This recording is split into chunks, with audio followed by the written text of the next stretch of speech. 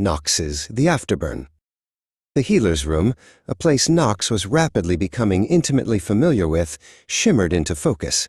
Not the glorious, vibrant world of Britannia they'd signed up for, but a stark, gray-scale purgatory of nakedness and profound regret.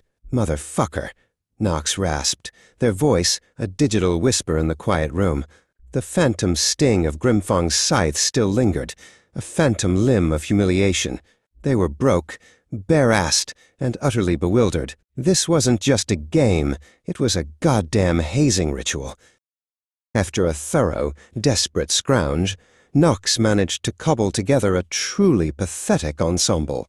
A rusty dagger, its edge more decorative than deadly, felt heavy in their hand. Half a loaf of stale bread, suspiciously green in places, was tucked into a non-existent pouch. And then there was the tunic, a sad, gray scrap of cloth that seemed to have lost a fight with a particularly aggressive badger, missing an entire sleeve. They clutched their remaining few gold coins, a paltry sum, like they were the last relics of a forgotten empire.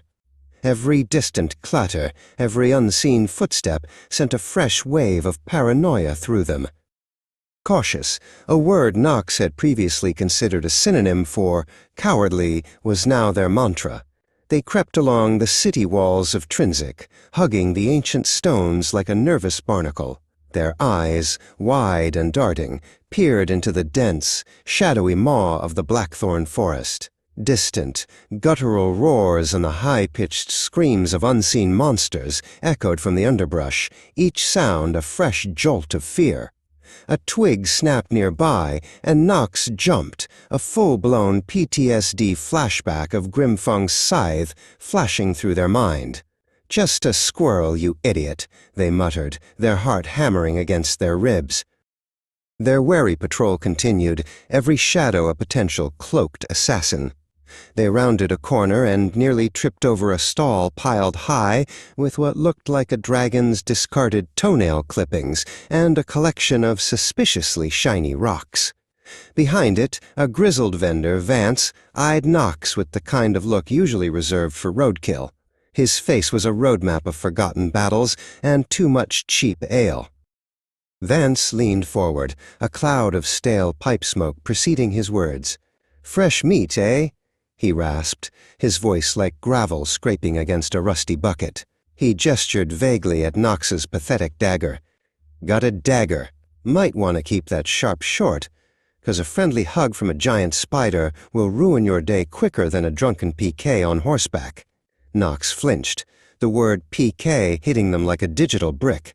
The old man just chuckled, a dry, wheezing sound. Knox mumbled something incoherent and scurried away, feeling Vance's cynical gaze on their back.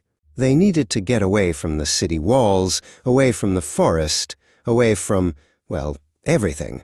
As they hurried through a bustling street, a small leather pouch tumbled from a passing traveler's purse. Gold. Instinct took over, raw and unthinking. Knox lunged, a desperate, graceless dive for the forgotten riches. Just as their grimy fingers brushed the soft leather, Knox looked up. The traveler was no ordinary pedestrian. This was Rorik, a hulking adventurer built like a brick outhouse with a friendly, almost innocent smile on his face. He simply bent down, completely oblivious to Knox's near theft, and calmly picked up his pouch. Knox froze, their soul attempting to exit their body through every available orifice. The sheer, unadulterated mortification was a physical blow. Sorry. Just admiring your craftsmanship," Knox stammered, their face burning a furious shade of digital red. They scrambled to their feet and scurried away, not daring to look back. They finally found refuge in a dimly lit inn, the air thick with the smell of stale ale and simmering stew. The rustic sound effects of the tavern, the clinking of mugs, the distant ping of stat counters as someone skill-trained in the corner, all felt a bit more comforting than the terrifying silence of the wilderness. Under the flickering candlelight, Knox nursed a cheap ale, the bitter taste a perfect match for their mood. "Just another gravestone on the map, huh?"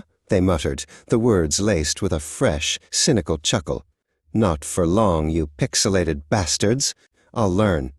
I'll gear up. I'll be more than just a corpse for some cloaked asshole to loot.